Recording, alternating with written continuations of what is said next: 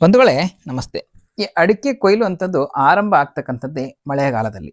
ಈ ಸಾಗರ, ತೀರ್ಥಹಳ್ಳಿ ಅಥವಾ ಘಟ್ಟದ ಕೆಳಗಿನ ಅಡಿಕೆಗಳು ದೀಪಾವಳಿಯ ನಂತರ ಬರ್ಬೋದು. ಆದರೆ ಈ ಚನ್ನಗಿರಿ, ದಾವಣಗೆರೆ ಮತ್ತೆ ಈ ಭದ್ರಾವತಿ, ಈ ಚಿತ್ರದುರ್ಗದಲ್ಲಿ ಬರ್ತಕ್ಕಂಥ ಅಡಿಕೆ ತೋಟಗಳಲ್ಲಿ ಅತ್ಯಂತ ಬೇಗ ಬರೋದ್ರಿಂದ ಕರೆಕ್ಟಾಗಿ ಮಳೆಯ ಸಮಯಕ್ಕೆ ಅಡಿಕೆ ಕೊಯ್ಲು ಅಂತದ್ದು ಆರಂಭ ಆಗುತ್ತೆ. 3 ಮತ್ತೆ 4ನೇ ಕೊಯ್ಲುಗಳು ದೀಪಾವಳಿ ನಂತರ ಬರೋದ್ರಿಂದ ಬಿಸಿಲಿರುತ್ತೆ, ಹಾಗಾಗಿ ಒಣಗಿಸ್ಲಿಕ್ಕೆ ಅಷ್ಟೊಂದು ತೊಂದರೆ ಅನ್ಸೋದಿಲ್ಲ. ಆದರೆ 1 ಮತ್ತೆ 2ನೇ ಕೊಯ್ಲು ತುಂಬಾ ಮಳೆ ಇರೋದ್ರಿಂದ ಅಡಿಕೆನ ಒಣಗಿಸ್ಲಿಕ್ಕೆ ರೈತರು ತುಂಬಾ ಪರದಾಡ್ತಾರೆ. ಇನ್ನು ಕೆಲವರಂತೂ ಮೊದಲೇ ಮತ್ತು 2ನೇ ಕೊಯ್ಲು ಅಡಿಕೆಯನ್ನು ಕೊಯ್ಯೋದೇ ಇಲ್ಲ, 3ನೇ ಕೊಯ್ಲಲ್ಲೇ ಚಾಲಿಯಾಗಿ ಅದನ್ನ ಕನ್ವರ್ಟ್ ಮಾಡ್ಕೊಂಡು ಕೊಯ್ಸ್ಕೊಂತಾರೆ. ಇನ್ನು ಕೆಲವು ರೈತರು ಅನಿವಾರ್ಯತೆ ಇರೋದ್ರಿಂದ ಅಥವಾ ಕೇಣಿಯನ್ನ ಮಾಡಿದ್ರಿಂದ ಅಡಿಕೆಯನ್ನ ಕೊಯ್ಲೇಬೇಕಾಗುತ್ತೆ ಅಂತ ಕೊಯ್ದಂತ ರೈತರು ಅವರ ಅನುಕೂಲಕ್ಕೆ ತಕ್ಕಂತೆ ಸೋಲಾರ್ ಡ್ರೈಯರ್ಗಳು ಅಥವಾ ಇದ್ರ ಬಾಯ್ಲಿಂಗ್ ಡ್ರೈಯರ್ಗಳು ಅಂದ್ರೆ ಬಿಸಿಯನ್ನು ಹಾಕ್ಬಿಟ್ಟು ಡ್ರೈ ಮಾಡ್ತಕ್ಕಂಥದ್ದು ಅಥವಾ ಎಲೆಕ್ಟ್ರಿಕ್ ಡ್ರೈಯರ್ಗಳನ್ನ ಬಳಸಿ ಅಡಿಕೆಯನ್ನು ಒಣಗಿಸ್ತಾರೆ. ಇದರಿಂದ ಅಡಿಕೆಯಲ್ಲಿ ಸ್ವಲ್ಪ ತೂಕದ ಪ್ರಮಾಣ ಕಡಿಮೆ ಆಗ್ತಕ್ಕಂಥ ಸಾಧ್ಯತೆ ಇರುತ್ತೆ. ಬಂಡವಾಳನೂ ಕಡಿಮೆ ಆಗಬೇಕು, ಅಡಿಕೆನೂ ಕೊಳಿಬಾರ್ದು ಅಂದ್ರೆ ಒಂದು ಉಪಯುಕ್ತ ಮಾರ್ಗ, ಅದು ರೈತರೇ ಕಂಡುಕೊಂಡಿರ್ತಕ್ಕಂಥ ಮಾರ್ಗ.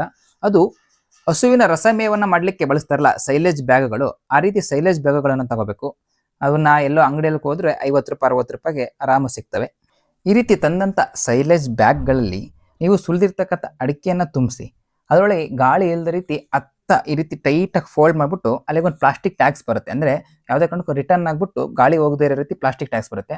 ಆ ಟ್ಯಾಗನ್ನು ಹಾಕ್ಬಿಟ್ಟು ಟೈಟ್ ಮಾಡ್ಕೊಳ್ಳಿ. ಮತ್ತೆ ಇನ್ನೊಂದ್ಸತಿ ಎಮರ್ಜೆನ್ಸಿ ಯಾಗಾರು ಇರಲಿ ಅಂತ ಹೇಳ್ಬಿಟ್ಟು ಈ ರೀತಿ ಬೆಂಡ್ ಮಾಡಿಬಿಟ್ಟು ಮತ್ತೊಂದು ಟ್ಯಾಗ್ ಹಾಕ್ಬಿಟ್ರೆ ಯಾವುದೇ ಕಾರಣಕ್ಕೂ ಒಳಗೆ ಗಾಳಿ ಹೋಗೋದಿಲ್ಲ. ಇದಕ್ಕೆ ಯಾವುದೇ ಕಾರಣಕ್ಕೂ ಗಾಳಿ ಹೋಗ್ಬಾರ್ದು ಅಷ್ಟೇ, ಗಾಳಿ ಹೋಗಲ್ದಂಗಿದ್ರೆ ಬೂಸ್ಟ್ ಬರೋದಿಲ್ಲ.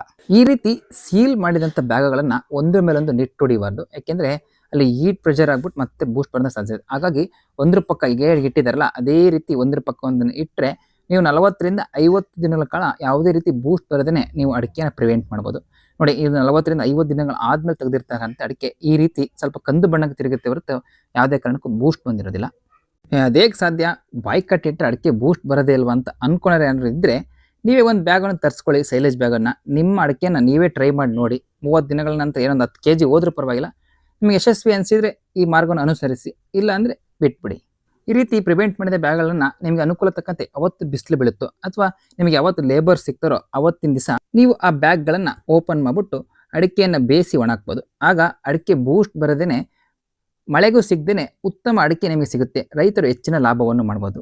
ನನ್ನ ಚಾನಲ್ನ ಸಬ್ಸ್ಕ್ರೈಬ್ ಮಾಡ್ಕೊಳ್ಳಿ. ಇದೇ ರೀತಿ ಉಪಯುಕ್ತ ಮಾಹಿತಿಗಳನ್ನು ದಿನನಿತ್ಯ ನಿಮಗೆ ನೀಡುತ್ತೇನೆ. ಧನ್ಯವಾದ.